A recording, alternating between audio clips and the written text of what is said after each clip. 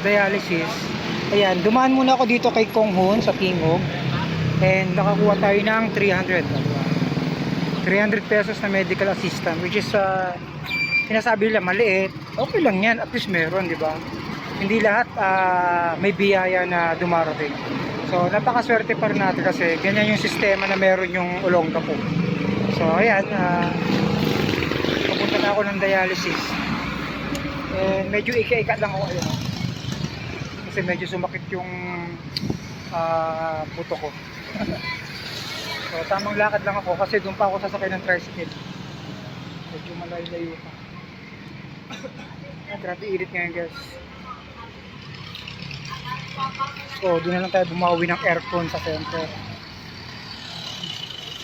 Yan, nandito tayo sa munisipyo ng Olongapo. So pahinga na lang muna tayo pagdating sa center, and maaga pa naman, hindi pa naman late. So mamili muna tayo ng babaunin, which is yung babaunin ko tinapay na lang dahil tapos na akong kumain. At nung kinain ko, gulay, upo na may hipon.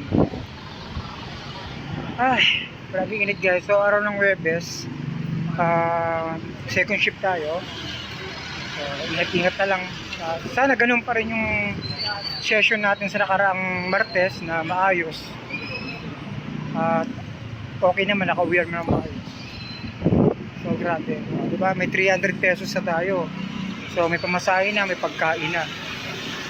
So napakaswerte pa rin natin. Kasi isipin mo, wala tayong trabaho, tamang vlogger tayo, tapos yung iba ini-expect malaki yung sinasahod. Kasi karamihan naman yan, nakadepende yan sa followers mo or nakadepende yan sa views mo. The more na sobrang taas ng followers mo na umaabot ng 1 million, expected mo na sa bawat views mo meron ka talagang kikitain, which is yung mga nasa 40k followers, 50, maliit lang yan, hindi naman ganun kalaki yan. Yung iba kasi sinasabi malaki na yung sinasahod. Hindi totoo yun. Kung malaki na yung sinasahod ko, nagpa-transplant na ako. So yan, tuloy-tuloy lang din yung buhay natin. Malay mo naman, pala rin tayo, di ba?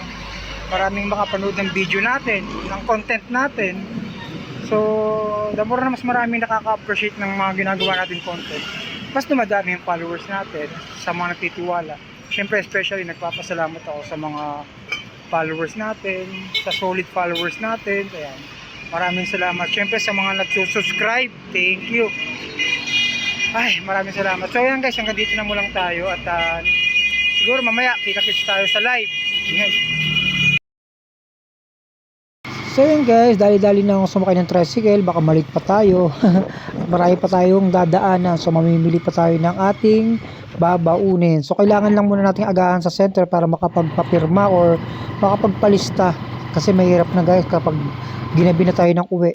So ayan, guys, medyo malapit-lapit na tayo dito. Ayan, ready na. So ayun yung center namin, guys, kitang-kitsa dito. So ayan, kahit pa paano maaga pa rin tayo nakarating. Medyo tanghali nga lang, pero maaga pa rin yan. So ayan, kahit pa paano mabilis yung nasaklat ng tricycle.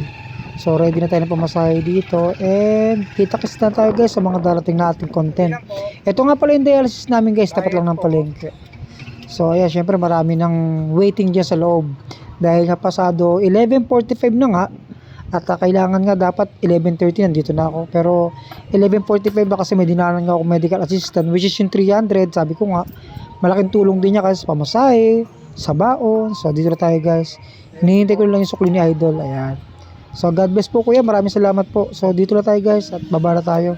For sure, bawala talaga mag-camera sa loob, kaya hanggang dito na lang po tayo. Maraming salamat po pala sa mga suporta, syempre sa mga prayer. God bless po sa inyo, guys, sa lahat sa mga nag-share ng ating content. Thank you po.